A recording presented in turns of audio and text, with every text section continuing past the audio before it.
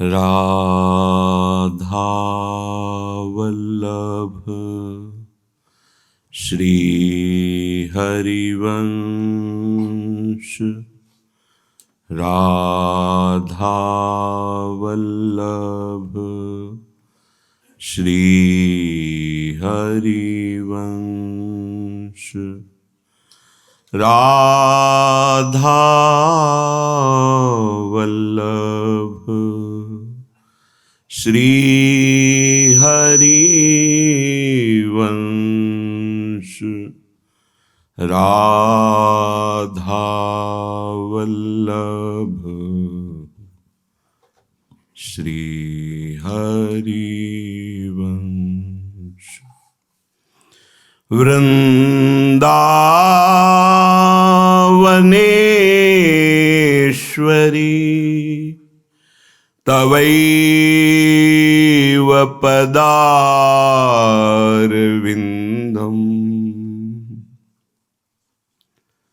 प्रेमामृतैकमकरन्द रसौघपूर्णम्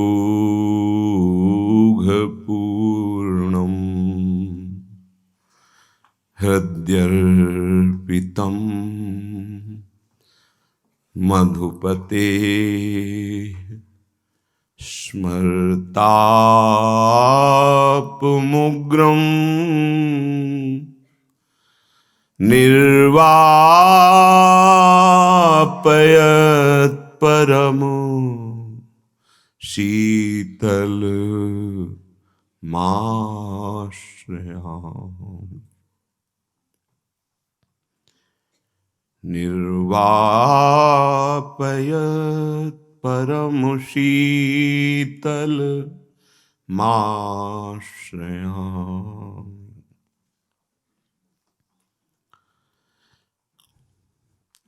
ऐसे देखत रहो